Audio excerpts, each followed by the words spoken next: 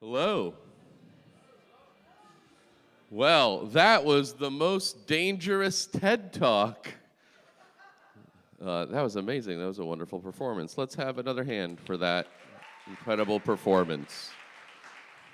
I know that it's a little chilly in here. Some of you have come up to me and told me that you're a little cold.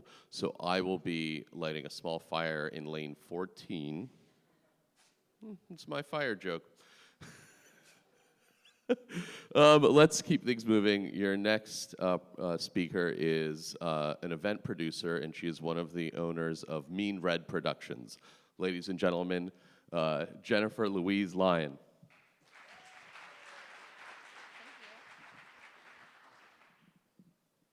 right, I have to do all the production things. It's on. That's good. All right. Look, and there it is. It's going to happen. How's everyone doing? Good. I can't see you. Woo! It's exciting. So I'm here to talk a little bit about risk. And I'm going to talk today about risk in a way that's different than some big life-changing, altering your biggest goal or your life's dreams or your life's just little risks, just teeny tiny little risks you can take every day to help you sort of move forward and grow. And I think there's this myth and this idea that you can take on a huge self-help project and you can cleanse it all away and you can ashram every week and you can sort of the secret, you can hold on to one idea over and over again and then it'll happen. And it doesn't always happen. It just doesn't. You want it really bad, and you can do everything in your power, but it doesn't always happen. But what does happen is you get up every day, hopefully, most days, and you move through your life. So my background is for 10 years I worked as a family therapist working with survivors of trauma.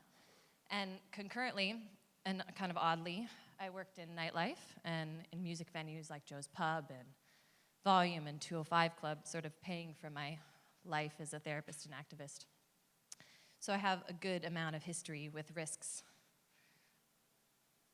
Oh, there we go. There it is. Here's my thrill-seeking parents. I'm going to do this part quick. This is the quick overview of how I got here and risk, so I have a little credibility. That's my 65-year-old mother there on her all-terrain vehicle. Really is my mom.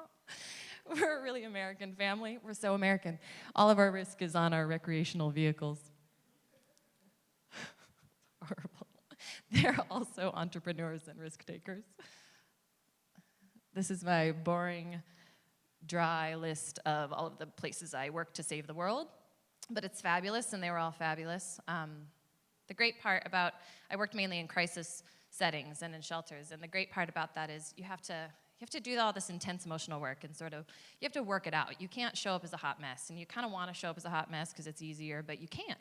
So you have to go and do the work, and you do the therapy, and you talk to people, and you read the books, and you take notes, and you show up ready to take on someone else's crisis and dramas, and it's fantastic because then you really know every nitty-gritty, horrible thing about yourself when you walk in the room, so you don't put it on them in any way. And it was maybe the best stint of my life because I don't think I ever would have done that if it wasn't kind of a job requirement, and it was. Then in the end of my 20s, I sort of maybe, had a little risk-taking behavior, and there's my daughter. Risk-taking behavior, unplanned little munchkin in my life, absolutely the best payoff of any risk I've ever taken, for sure. Just to prove it, there's another picture. She's so good.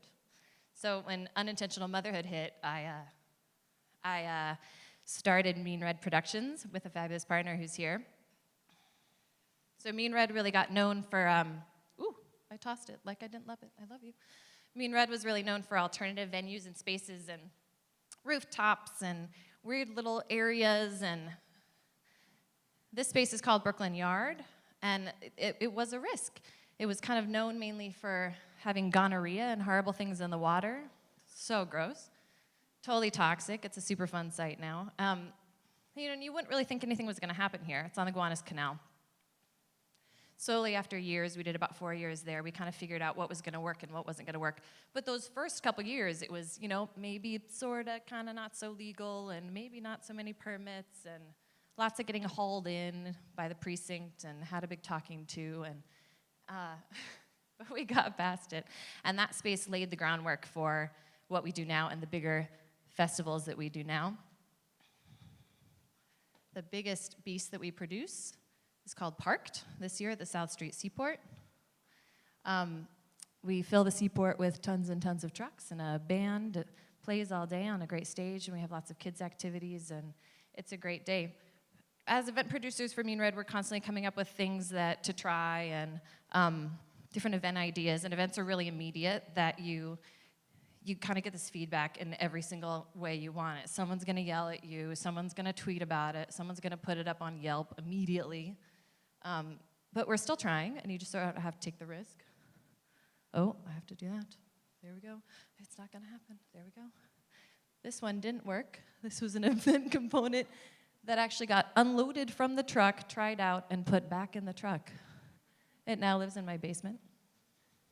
But we still keep trying. Here's one event that does work, Brooklyn Electronic Music Festival. It just happened.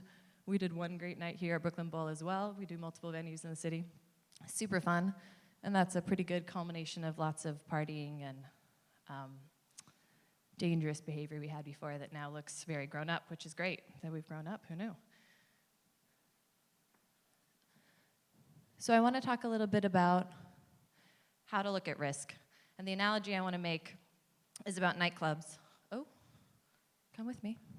So nightclubs are sort of this, and nightlife is this environment that people don't always love. And it's sort of vilified often, and it's seen as, it's seen as dangerous maybe, or an experience that you wouldn't have in, like, under the cover of night, or you don't want your kids to have.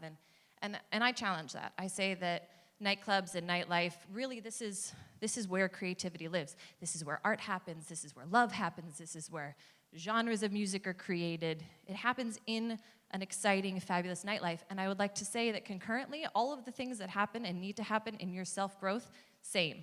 We have a little bit of shame around asking for help or needing to grow in American culture.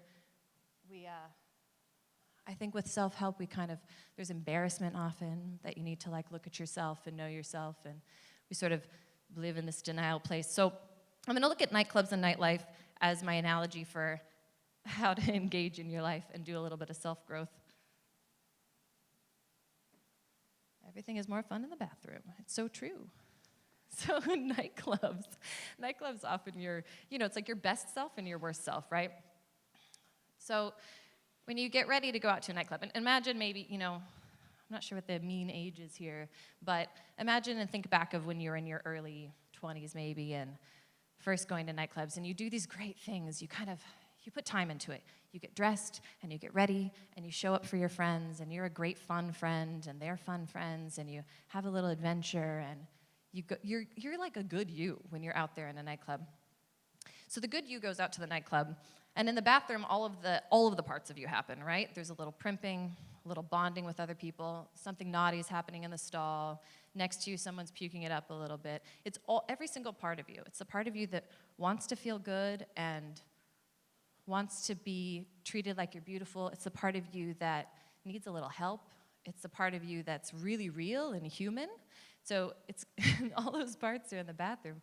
And I think that, it's a little microcosm in a nightclub. But in your life, what that piece is about is that you have to know all of the parts of yourself. You have to get up in it. And if you don't get up in it and really get to know the part of you that's puking and the part of you that's doing something naughty, and why are you puking and why are you doing something naughty, you can't take the risks that you may need to take. Way back when I was a therapist, I had a therapist tell me once that the reason to go to therapy, or the way to work with clients best, is to figure out their deepest, most darkest, horrible fear and slowly figure out how to get them to move towards it. And that's it, right? So that's a big goal, but it's a little idea. So if you don't know what your big, horrible fear is, then you can't move towards it. So basic premise of just get to know all the parts really well, however you're gonna do it. Get on the dance box. I really started going to nightclubs so I could dance. A little way too young, and I loved it. I still go to nightclubs to dance. When you actually have the balls to get on a dance box, it's great. because you are your best self. You're feeling good, you're taking risks, you're interacting with the public, and that's really what this is about. We're social creatures. There's no way around it. You have to deal with the people around you. You have to engage with them in some way or another. So take a little risk with those people. Accept that they're there, and they're gonna judge, and they're gonna love, and all the things are gonna happen, but don't do it in the big get on the dance box way, or don't do it in the big, chuck your career and become a concert pianist. To do it in the way where it's the little moments, right? So making a joke at the dinner table, or sending out a tweet that maybe is a little embarrassing, or putting something up on Facebook and then gauging how people interact with you, and then use that to take another risk every single day. Don't order your usual. We're total creatures of comfort. We like what we know. We want to stay in it with what we know. We absolutely do not want to go to the new. It's so painful and horrible for us to go to the new. But we all have our usuals. We have our music we listen to. We have our morning coffee. We have the way we commute. And if you tweak those tiny little things, right, try the soy. Try a different subway route. Try a different podcast and you haven't tried before. It's that little way you can engage in process and change and let your brain sort of open up and move. And again, it's not the big thing. Don't look to change the huge thing. Just as you move through your day, get to know how you move and make a teeny little monumental nudge over. Hit that, yeah, well, it's all good. So one of the kind of ethos of MeanRed events when we first started was, it's really not a good party unless someone's having sex somewhere at your event. Actually at the event, not after, they're all trying to go home and get laid, but at the event. And now that we're a little more grown up, we can't, food truck festivals, it's a little inappropriate. And it's wrong. I think I always hope sort of there's some little couple who's excited behind the dumpling truck, but the dumpling truck's not like that. Sex is another big taboo in our culture, but it is the best energy you got going, It's really real, and it's in there, and it's all the things. And I always loved that in nightlife it was okay. You could be this overtly sexual creature, but everywhere else it's it's terrible. But I think if you can take that mentality of, I'm looking to feel good, or I'm looking to tap into that part of myself, and you take it out on the road with you, and you take it to the bodega, and you flirt with the girl at the counter, and you take it into the cab, and you chat up the guy, or you tell someone they look beautiful today, or little tiny ways that you tap into that, and you move it to someone else. It's some of the most powerful risks you're ever going to have. There's a great couple who was at the festival. I think sort of hoping in 9 months there's the very first Bemph baby that'll happen. Wrong. So I think the biggest end of that piece with risk is, as an adult, we all tend to have so many rules that we don't free up the space. And I just encourage you to give yourself a little permission to just take a teeny tiny risk, and don't get overwhelmed by the bigger picture.